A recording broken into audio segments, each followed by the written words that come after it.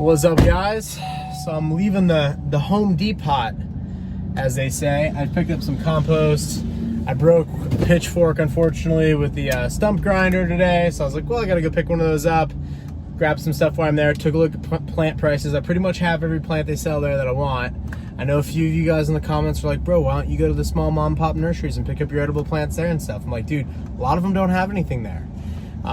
So the box stores, they kind of like, in our state, all the plants are kind of grown in Homestead, Miami area, and then they get shipped up north, like up the northern side of the state, and they just kind of dominate that field. But yes, you can go to the mom and pops and try to find things. So everything I bought today was either double or 30% higher than the last time I bought it, which was a month ago. That's really the point of today's video, is really thinking about inflation and how this affects the Kulak Klass, which is my audience, which is a small business owner. It's pretty obvious at this point in time that the small business owner is under attack from your government, from your Federal Reserve, from your peer group, from the purple hair cat lady. Like, everybody hates the small business owner at this point in time. It's pretty obvious. That's why I refer to them as the kulaks. If you look up the Russian kulaks, it wasn't a happy ending for the kulaks. This time around, I'm more optimistic. That's why I refer to my guys as kulaks, because it's one of those groups of people that you can't really go after, because it was a legitimate, well-documented genocide by the communists. And what they did is they came for the Russian kulaks, 8-acre peasant farmers, people that were what we would refer to now as small business owners, people that maybe had some success and over a decade or two or three or four would buy up their neighbors and become more successful. Well, when the communists took over, they were like, kulaks, kill them. That's like pitchforks, guns, whatever you have, kill them. And it was mainly the Bolsheviks, can't pronounce that well, that went out and rounded these people up one by one, persecuted them one by one, stole all their stuff one by one. Before that, they created the rules, kind of like the masks and like the $600 tax thing, or like, IRS, 80,000 IRS agents, like a lot of parallels. And so I refer to them as the kulaks because they're a pretty untouchable group. My thing today is, if this inflation continues, in the real inflation, not on the CPI lie, not on what the Federal Reserve or our government tells us it is. And the Federal Reserve is the real government, by the way. But not on what the government says, but like the actual stuff you buy: gas, food, supplies, materials, lumber, tires, oil, filters, whatever it is that you buy, and whatever makes up your thing. If that's up 30% and that continues for an additional year, it compounds on itself. So you start from a lower baseline, so that 30% cut gets worse and worse as you compound it out. So essentially what you could have is you could have 1 year of 30%, you're like, oh dang, I'm down to 70. All right, but you have another year of 30% from the original baseline coming off, and now you're down to 40. But you're not down like 30% from 70 to 40 is not 30%. It's like 35%. So it starts to compound. If it happens an additional year relative to 2019, before things went crazy, you're down to 1/4 of your original purchasing power. That's just if the stuff that you really buy, gas, tools, machines, tires, brakes, if those things go that way, and there could be a million reasons why they're doing that. Like, you've got supply chain issues, you have boats that can't come into harbor,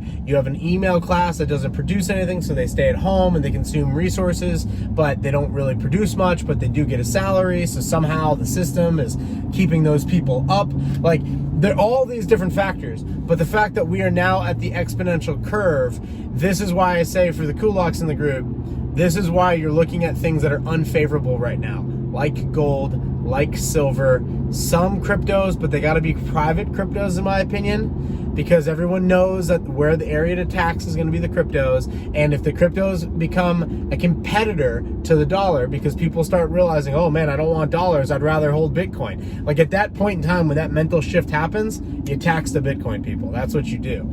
You tax Bitcoin transactions. Right now they're taxed, but they're not really taxed. They could do 95% tax on it if they wanted to. That's why I say it has to be private. But the thing that is the most important thing to look for as far as an investing opportunity here is what will the largest piece of the pie be when money starts to move, and that is the baby boomers' retirement accounts. That is the biggest piece of cash. The pensions, the teacher fire union stuff, like that's the biggest cash sitting around. Right now it's invested in markets, bonds. Like you can't stay invested in a bond if the thing pays you 5%, but the real inflation is 30%, but the government claims it's 7%. Well, like, sorry, I'm buying something that's 5% on a claim of 7%, it's negative 2%, but really it's negative 20, 25%. So we're at this spot where in the next couple of years, it's going to get exponential or it's going to stop. Like this inflation will cause a downturn, and if they don't continue to print, then, you know, there'll be a supply and demand shakeout, but I doubt they're going to let that happen. So where we're at is either one of two things is going to happen. The higher inflation is going to decrease economic output and therefore bring with it lower prices as the output falls off, or they'll continue to print and continue to have supply chain disruptions, at which point prices will continue to rise, but output will continue to fall, and then you're in a death spiral. And at that point, you're on your way to an event, and that event I would time around 25, like 25, 26. I would say, as things sit right now, that's when you could see things really pop off. And I also think that you're not going to see the results that you would think will happen in 24 from the elections and things like that. I know a lot of people are very optimistic. I wouldn't be.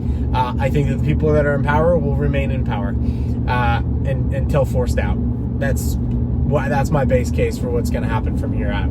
So anyway, it's just something interesting to think about and to put some perspective on. And if you really were to look at it through a different lens of not like, oh, inflation's bad, oh well, like, no, like the dollar is in a rapid inflation at the moment based on housing, gas, food, like the stuff people actually buy. It's in a hyperinflation if your alternative asset is Bitcoin. If you're not using dollars and you're using Satoshis, if that's your alternative asset, it's been in a hyperinflation for 12, 13 years. If you're comparing it to silver or gold, it's in a rapid inflation. It's in an inflation. Let's put it that way. It's in an inflation. If you're comparing it to goods that you buy, not like the CPI lie, but like the actual stuff you actually buy. And for you guys that don't know what the CPI lie is, it's a consumer price index. It's different than it used to be. They change it all the time.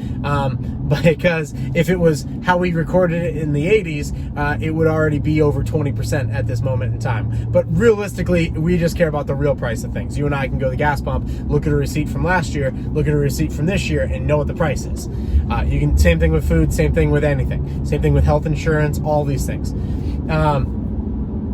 We're at 30% at this current moment in time. Trend in motion stays in motion until acted upon by an equal or opposite force. I think that this will continue. I am super bullish that inflation will continue until it doesn't. But typically, when it doesn't, it's going to be a pretty epic, gnarly crash. And then we'll see. Are they going to print this dollar worthless? Are they going to let things correct? Are they going to let things go bankrupt? Like, we'll see. But it is a pretty interesting period of time. So thank you guys for watching, following, liking, subscribing, all that good stuff. And until next time.